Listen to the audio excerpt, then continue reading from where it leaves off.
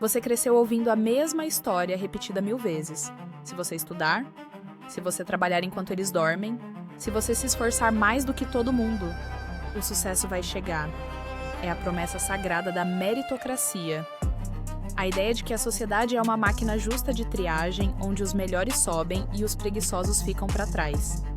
É uma história bonita, confortável e serve como a base moral de todo o nosso sistema econômico.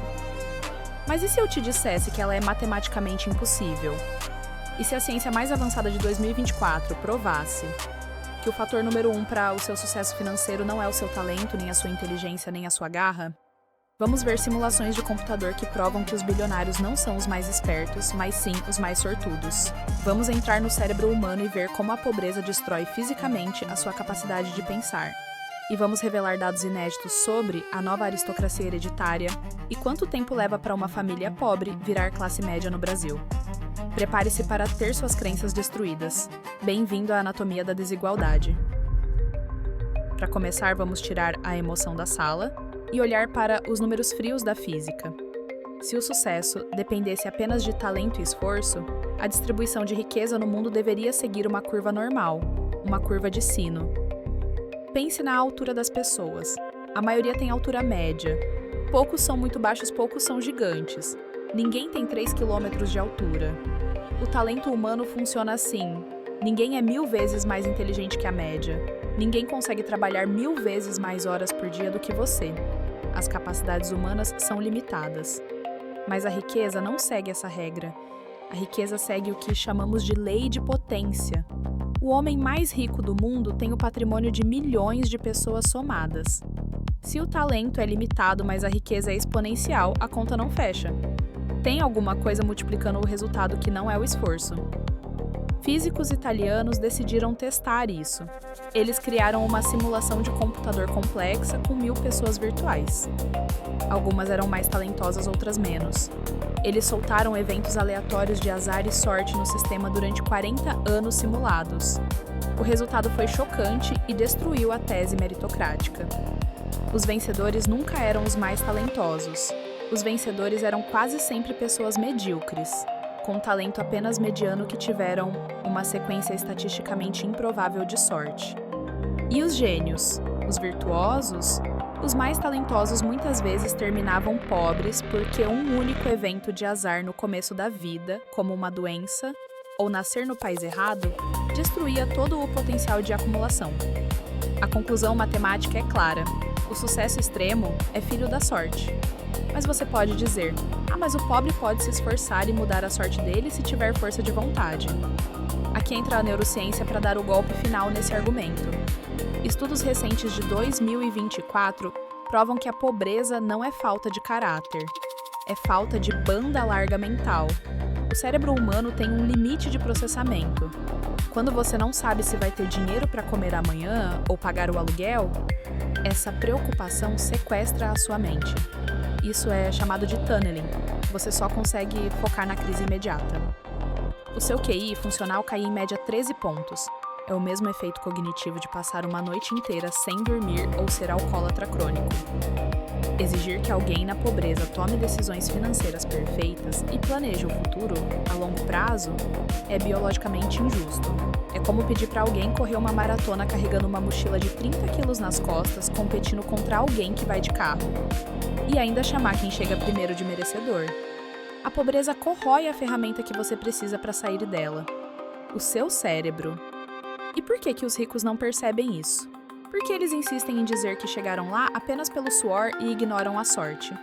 A psicologia tem a resposta. Em um experimento clássico, pesquisadores colocaram pessoas para jogar banco imobiliário. Só que o jogo era viciado de propósito. Um jogador começava com o dobro do dinheiro e jogava 2 dados. Era impossível ele perder. O fascinante é o que acontecia depois. Conforme o jogador rico ganhava, ele começava a ser mal educado. Batia as peças no tabuleiro com força. Comia mais salgadinhos que estavam na mesa.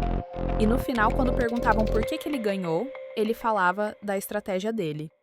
Das jogadas inteligentes. Ele ignorava completamente que começou com vantagem. Isso é o viés autosservidor. O cérebro humano edita a realidade para proteger o ego.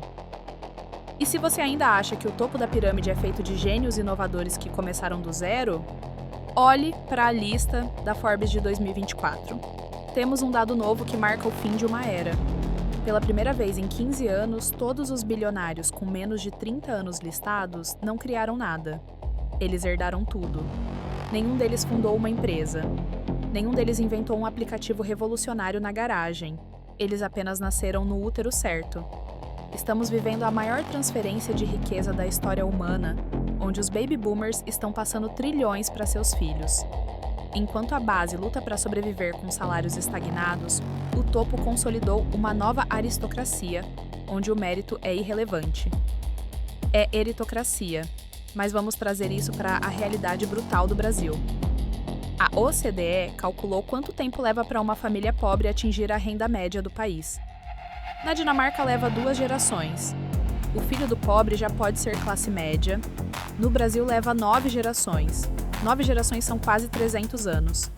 Significa que se você nasceu pobre no Brasil e der o seu sangue trabalhar de sol a sol, o resultado real desse esforço só vai ser colhido pelo seu tataraneto. A mobilidade social no Brasil é uma das piores do mundo. O código postal onde você nasce é quase uma sentença de prisão econômica. E esse código postal tem cor. Dados do Instituto Mobilidade e Desenvolvimento Social mostram que para uma população negra, a barreira é ainda maior.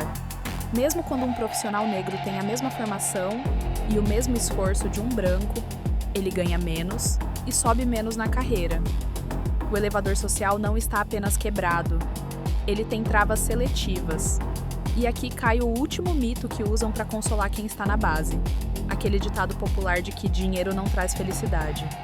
Durante anos, a ciência disse que a felicidade parava de crescer depois que você ganhava um salário digno de classe média. Mas em 2023, um novo estudo colaborativo revisou tudo e provou o contrário. A felicidade continua subindo junto com a conta bancária e não existe teto. Ter dinheiro no Brasil não compra só iates. Compra saúde mental. Compra noites de sono sem preocupação. Compra tempo com a família, compra segurança contra a violência. A falta de dinheiro é uma fonte ativa de dor física e emocional. A ciência provou que o conforto financeiro é o maior antidepressivo que existe. É por isso que a geração Z está quebrando o contrato social. Eles olham para os dados, eles olham para os pais que trabalharam a vida toda e continuam endividados. Eles olham para o preço dos imóveis e veem que nunca vão conseguir comprar uma casa com o salário do trabalho.